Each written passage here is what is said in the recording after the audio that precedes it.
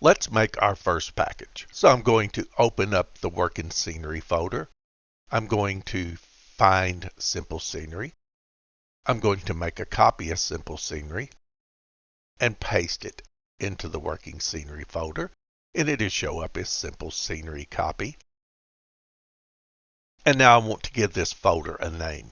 I use a 3-word naming technique separated by hyphens. You can use whatever you want. For example, if you just want to remove trees, you can call this remove trees 1 word and you're done. But I always like to use a naming convention that lets me know where I am and what I'm doing. So I'm going to rename this simple scenery folder copy. And I'm going to start out with the company name, my company, Patriot 6 and 1 word, hyphen. I'm in Buffalo, and this is just going to be scenery. And so now anytime I refer back to this scenery folder, I know it's mine because it says Patriot 6. And I know it's in Buffalo, and I know it's a scenery project, as opposed to some other projects you may have like lights, earth, etc. And now with the simple scenery renamed, we're ready to begin. So up on the Developers menu, I'm going to Tools and open Project Editor. And the Project Editor loads up. Now everybody that I've helped and watched do scenery, they have their own idea of where the windows should go on their screen. And that's fine, there's no hard set rules. This is just something I'm accustomed to, so I continue to do the same thing that works for me. I'm also running MSFS in 4K, so my windows will be smaller than your windows if you're not running 4K. If you're running a lesser resolution, the windows will take up more of your screen. So once a project editor is up, I'm going to go to the menu on Project Editor, and I'm going to tick View and make sure the inspector's up. Now I'm going to Project on the Project Editor. I'm going to Open Project, and now I want to navigate to the Working Scenery folder. I'm going to navigate to Patriot 6, Buffalo Scenery, Open, drop down to the Scenery Project XML, and Open.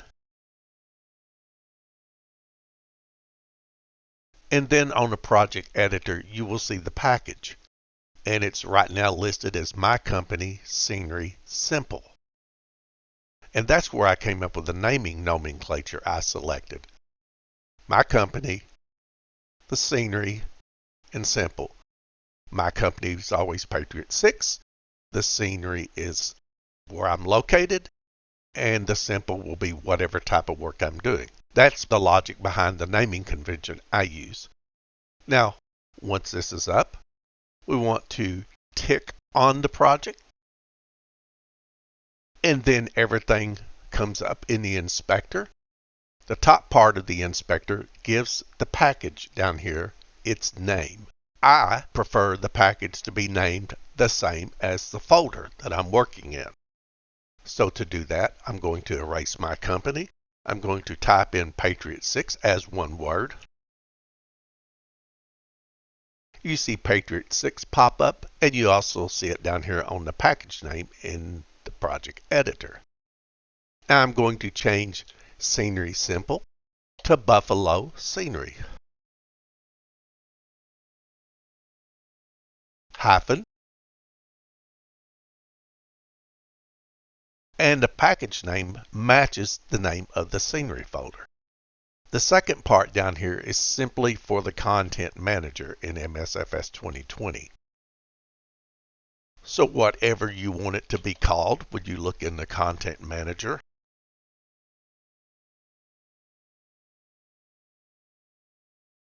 I'm going to put in Buffalo Scenery, and you can use spaces in the content manager. And then I'm going to change to Patriot 6.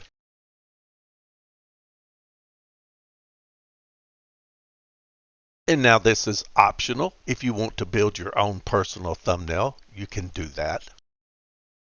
And now I'm going to insert my own personal thumbnail. So I'm going to tick on this and navigate back to the working scenery folder. And here is the image that I've created for my personal packages. So I'm going to tick on this image and click open. And now the image is in the package. If you want to make your own personal thumbnail, you must adhere to these rules.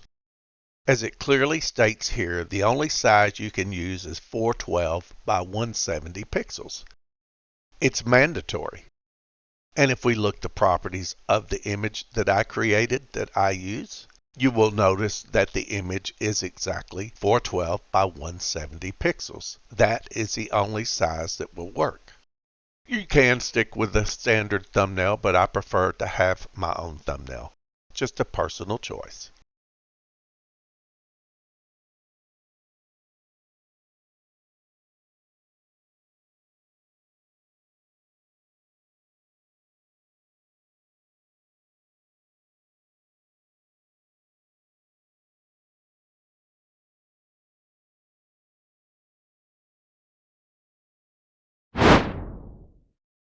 I've had a few folks ask me how to build a thumbnail. I've never talked about building a thumbnail, I just talk about thumbnails in general. It's not a function within MSFS 2020, it is a Windows function. Therefore, I haven't touched the subject until now.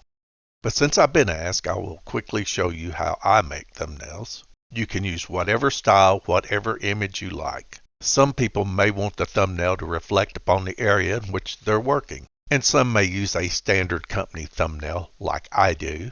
Actually, I've done both. At this time, I'm sticking with my company thumbnail. In the past, I have used thumbnails that are relevant to the area in which I'm building the scenery.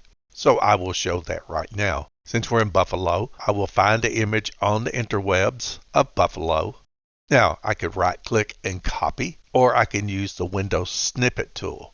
Now, the aspect ratio of the thumbnail is different than what we see here. So because when the aspect ratio changes, I don't want this thumbnail to be too skewed, I'll use the Windows Snippet tool to grab the image closer to the aspect ratio of the thumbnail. Here's the Windows Snipping tool. Everybody has that standard in Windows. Just going to tick New and go down and snip a portion of this image that seems close to what I think it will look like in the thumbnail. And now I have the image snipped. I can close down the browser and bring up Microsoft Paint. Nothing special, just the simple Microsoft Paint tool. I'll copy this image and paste it into Paint. Now we'll see the image needs to be cropped, so I'm going to select and crop the image. Yours may not. Mine's set up to a specific resolution. And then I'm going to tick the crop button. And now I have this image, and this is my starting point. If you want to add text in, you can do that. Find the size and the font that works for you. All right, the title's on it. And now I want to size it up where it will work in Microsoft Flight Simulator. I'm going to go to Resize. And I'm going to use pixels since we have a specific pixel number we're trying to hit. And it's 470. The vertical pixels need to be 170, so I'm going to have to unlink it and type in 170. And now I have a thumbnail that will work in Microsoft Flight Simulator. Just a matter of saving now. And it can be a JPEG. And then you want to save it into whatever folder you're going to be looking for the thumbnail. As you see, the aspect ratio is different like I said it would be. The guessing I did vertically was a little off and the picture's a little skewed. But it's a thumbnail, so it shouldn't be a big deal. You can take as much time as you want and get it perfect. That is up to you.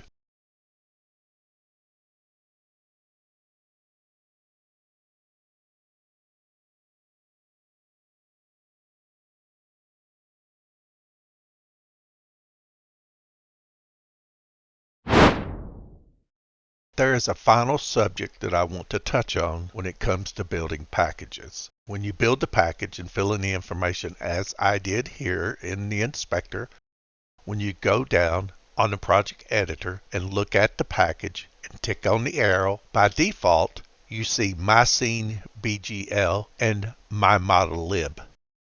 There is chatter out there on the interwebs, and I've actually even seen this in videos, that using the default names My Scene BGL and My ModelLib in multiple projects can cause a problem or a conflict. In full disclosure, I have no idea what the problem or the conflict looks like. I have created between 400 and 500 scenery packages, and the vast majority use the default My Scene BGL and My ModelLib. In my hometown of Nashville, Tennessee, I can run up to 49 packages in that one area alone. 49 that I have built. And all of them have the default My Scene, My ModelLib. If there is a problem, I've never seen it. I don't know how to explain it. I don't know what the problem looks like. But there are people out there that say it can create a problem. And if there is a potential for a problem, then certainly we want to avoid it. It's too easy of a fix to ignore it. Here is how you edit the BGLs. On the inspector, down here at the bottom, you'll see My Scene BGL and My ModelLib. And you simply hit the edit button, and we'll go up to the top where it says name, and we want to edit this name. The idea is to give it a unique name. So I've given it the name Buffalo Scenery. And this will work fine as long as I don't make multiple packages. If I do, then I may want to consider giving the next one a different name. And it changed to Buffalo Scenery. Since this is a My Scene, I want to keep the word scenery in there so it keeps me straight on which one I'm going to load into the editor. I will tick on My ModelLib, and I will go up and remove the My and add Buffalo to it. And when I tick off, it has now been renamed to Buffalo ModelLib. If this truly is a problem, we don't have to worry about it now. But just remember, when we get ready to open the project in the inspector, we want to use the BGL and not the ModelLib. This advice was recorded after I made the tutorial, and I have inserted it into the tutorial. When I go back to the tutorial, you will see what I previously recorded. And now once all of this is complete, the next step is to build the package. This should only take a few seconds. You will get a dialog box saying you're getting ready to change the information that's saved to the disk, so you want to tick yes. And now the package is built. If we look at the top, we do not see any additional errors, so we can exit out of the console by ticking the X here, or going up to the window and exit out of the console. And now once we've built the initial package, remember, you have to build the package to start. If you don't build the package, you can go no farther than where we are right now. So you must build the initial package.